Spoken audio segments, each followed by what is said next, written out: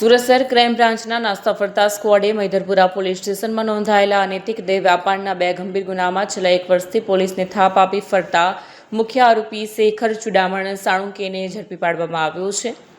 પકડાયેલા આરોપી માત્ર દેહ વ્યાપાર જ નહીં પણ વાહન ચોરી, મોબાઈલ સ્નેચિંગ, ઘરફોડ ચોરી, રાયોટિંગમાં પોલીસ પર હુમલો અને ડ્રિંક એન્ડ ડ્રાઈવ જેવા કુલ 15 જેટલા ગંભીર ગુનાઓમાં પણ સંડોવાયેલો છે. આરોપી શેખર સાણુકે સમાજમાં પોતાની છબી એક સામાન્ય ભંગારના વેપારી તરીકે ઊભી કરી હતી. તે રાંદેર રોડ ઉપર સિલ્વર પ્લાઝા એપાર્ટમેન્ટમાં રહીને પાલનપુર પાટિયા વિસ્તારમાં ભંગારનો ધંધો કરતો. ભંગાર લેવા વેચવાના બહાને તે શહેરના વિવિધ વિસ્તારોમાં રેકી કરતો અને પોતાની ગુનાહિત પ્રવૃત્તિઓને અંજામ આપતો. મૈધરપુરામાં ચાલતા દેહ વેપારના અડ્ડા પર આવતા ગ્રાહકો પાસેથી તે આ સ્કેનર દ્વારા જ પેમેન્ટ લેતો. આ રીતે દેહ વેપારમાંથી થતી ગેરકાયદેસર આવકને સ્પાના ધંધાની કાયદેસરની આવક તરીકે દર્શાવવાનો પ્રયાસ કરતો.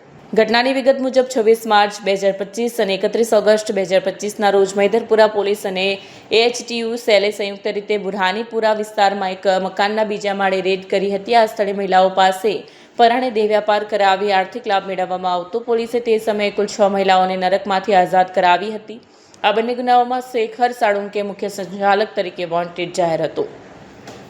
છેલ્લા 1 વર્ષથી ફરાર શેખર સાણુકેને પકડવા માટે ક્રાઇમ બ્રાન્ચની ટીમ સતત વોચમાં હતી. બાતમી મળી હતી કે પાલનપુર પાટિયા 3 રસ્તા પાસે આવવાનો છે. પોલીસે ગત રાત્રે ચોક્કસ પ્લાનિંગ સાથે તેને ચારે બાજુથી ઘેરી લીધો અને નાસવાની તક આપી નહોતી. તેની ધરપકડ બાદ હવે પોલીસ તપાસ કરી રહી છે કે તેના આ નેટવર્ક પાછળ અને કયા મોટા માથાઓ સામેલ છે.